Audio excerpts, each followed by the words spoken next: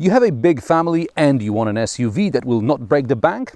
Here's the refreshed Nissan X-Trail with a new engine.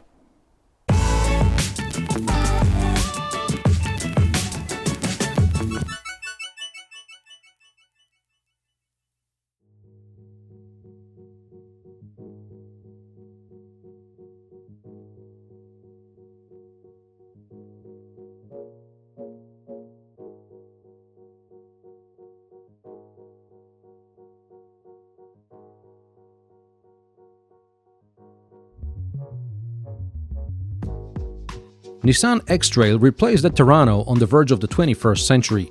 After two boxy generations, in 2014 the Japanese car manufacturer introduced a Qashqai-like third iteration of the slightly larger crossover. No surprise there, the Qashqai proved to be a bestseller, so it only made sense to copy the design in a larger body. Around that time, Nissan also axed the 7-seater Qashqai Plus 2, and clients looking for a third row of seats were steered towards the X-Trail. Makes sense as the Qashqai's selling point were its compact dimensions, so extending it went against what made it so popular.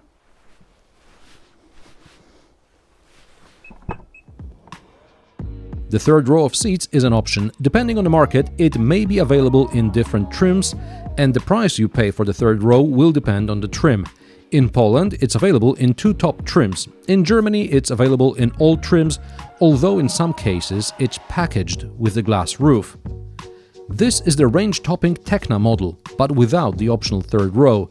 Boot volume is 565 liters, with the false floor dropped, but slide the seats in the second row forward and you'll get well over 700 liters. The false floor still splits into two parts, one of which can be inserted vertically and serve as a cargo divider. However, it is no longer possible to mount the rear half of the false floor on the wheel arches, like it was the case in the pre-facelift model. Perhaps it wasn't as useful as the designers first imagined. There are no shopping bag hooks, and the liner, which covers, depending on the version, the mini spare or the Bose audio system subwoofer or something, is noise generating. But at least you can open and close the tailgate with gesture.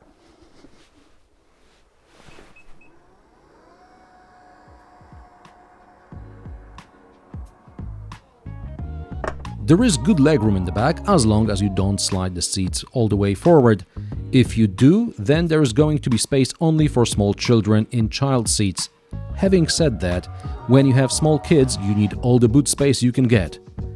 The seats split 60-40, but the backrests split 40-20-40 in all trims. There are no USB ports or a 12-volt socket, but you do get AC vents. There is a place for bottles in the door bins, and there are cup holders in the armrest. This version gets heated rear seats, but the button to turn the heater on is in the front. The biggest changes in the front include the new steering wheel, and allegedly the infotainment system interface is new as well. New compared to what? I don't know, but I imagine Nissan left all the good stuff for the new Juke. And check this out. The pre-facelift X-Trail had ventilated cup holders. There was a small slider to open and close the airflow. This new model also has ventilated cup holders, but instead of a slider, there is this divider which either blocks the airflow or you can turn it around 180 degrees and let the air in. I can't imagine how unreliable the previous solution must have been if this seems like a better alternative. You or your kids are going to lose this thing within a week. Otherwise, the cockpit is practical, because it hasn't changed much. There are large door bins, a place for your phone, a USB port, decent-sized glove box, and storage under the armrest. I'm not going to complain about the hard plastics, because at least they are easy to keep clean.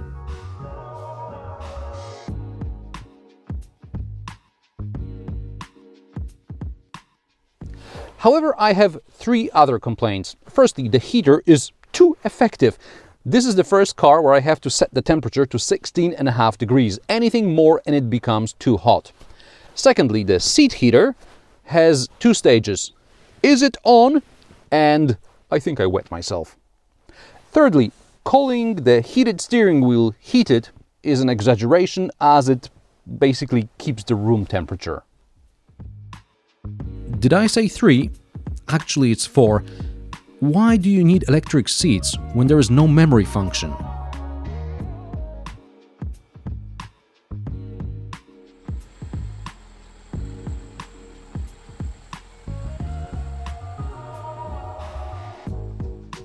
The big change in the refreshed X-Trail is the 1.7-litre 150 horsepower diesel. Nissan axed the less powerful 1.6 diesel and the more powerful 2-litre one and replaced them with something in between. Also, the 1.6 163 horsepower petrol motor has been replaced with a 1.3 160 horsepower unit.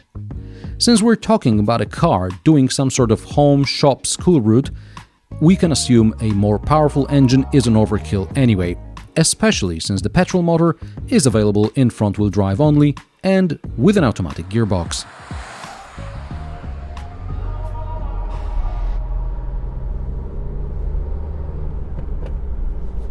For those more adventurous, there is the diesel, which you can have with a manual or a CVT, which pretends to be an automatic and which Nissan calls the X-Tronic. Regardless of the transmission, you can choose front-wheel drive or all-wheel drive. With the diesel, you can leave the car in front-wheel drive or select automatic all-wheel drive, or, depending on the situation, all-wheel drive lock.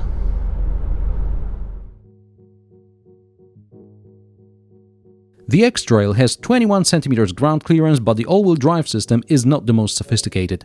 It's enough to overcome simple obstacles, but better get the family out to make the car lighter. This test car weighs over 1700 kilograms.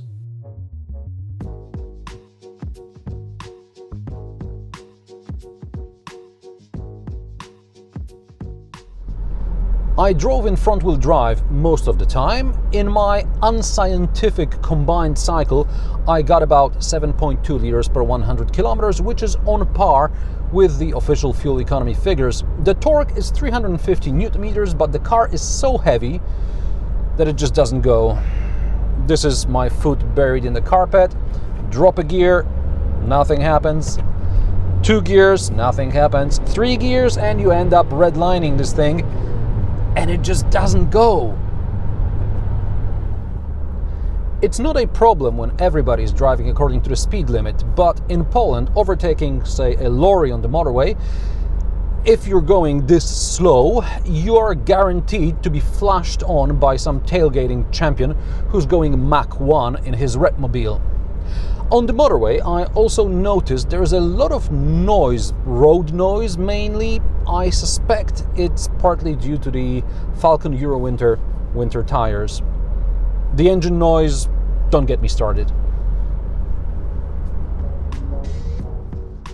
The X-Trail steering is a mystery to me. On roundabouts, you have to turn the wheel a lot, like if you were driving a truck or an off-roader. On the plus side, the X-Trail is easy to maneuver and the 360-degree camera helps. If parking is not your forte, there is an intelligent parking assistant. Not that intelligent, maybe it's better if you learn to park yourself.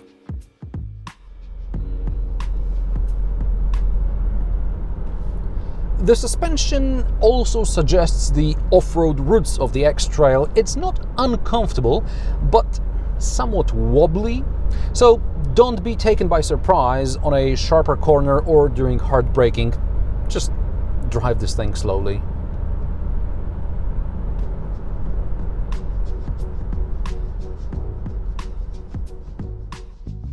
Visibility is fine. The car also comes with numerous safety systems, including adaptive cruise control with active lane assist. I tested it and I know it works, but for some reason I couldn't make it work on video. Perhaps I failed to meet some base criteria. All this can be yours for less than 44,000 euro.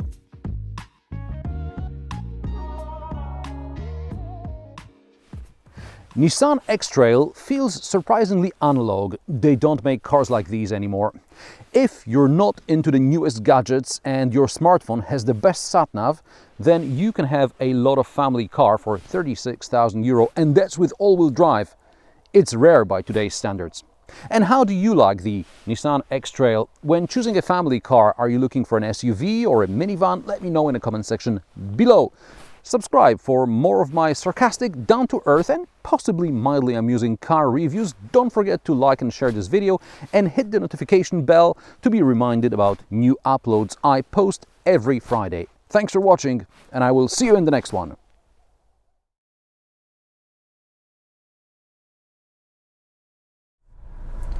A brief postscriptum to this review. We finished recording everything according to the script, and then we were recording Anna, who's behind the camera right now, and as she was talking from the seat here, I was sitting in the passenger seat, and this is when I saw that these tunnels are stuck on here. They have no function whatsoever except for aesthetic. Well, it's not very aesthetic if you can put your finger through it, is it?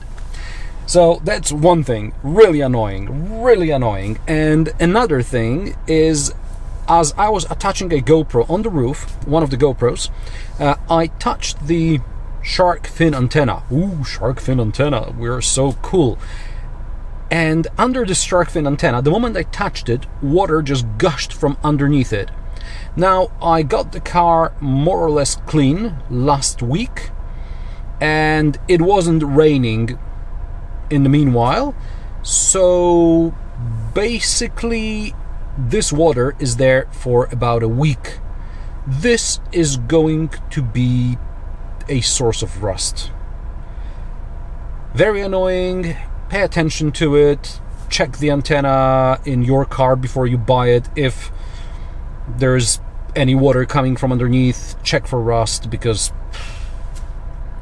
Anyway, have a nice day, and I'll see you in the next episode.